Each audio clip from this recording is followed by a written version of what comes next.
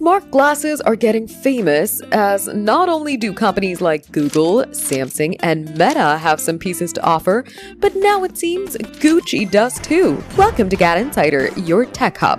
The CEO of Gucci owner Kering Luca Di Meo in conversation said that they are making smart glasses in partnership with Google that will come out probably next year, 2027 that is. The glasses might run Android XR, an operating system that's so far only available on the Samsung Galaxy XR headset, but which will also be used by smart glasses, including the X Real Project Aura, the Samsung Galaxy glasses, and some other names probably landing this year. So Gucci isn't going to be first to offer it, but it probably won't be far behind, with Di Meo explaining that Google plans to scale up its eyewear division to help rebuild the Gucci brand, which has struggled a bit in recent years. Details about these smart glasses are kept under wraps, but they're sure to be extremely expensive. Even smart specs that aren't made by luxury brands usually come with high price tags, so Gucci branded ones will definitely be unachievable to many. Still, it's unlikely their specs will be any better than smart glasses bearing Google or Samsung branding. You'll just be paying for the name instead, or maybe the specific design or materials. So if Gucci is out of your price range,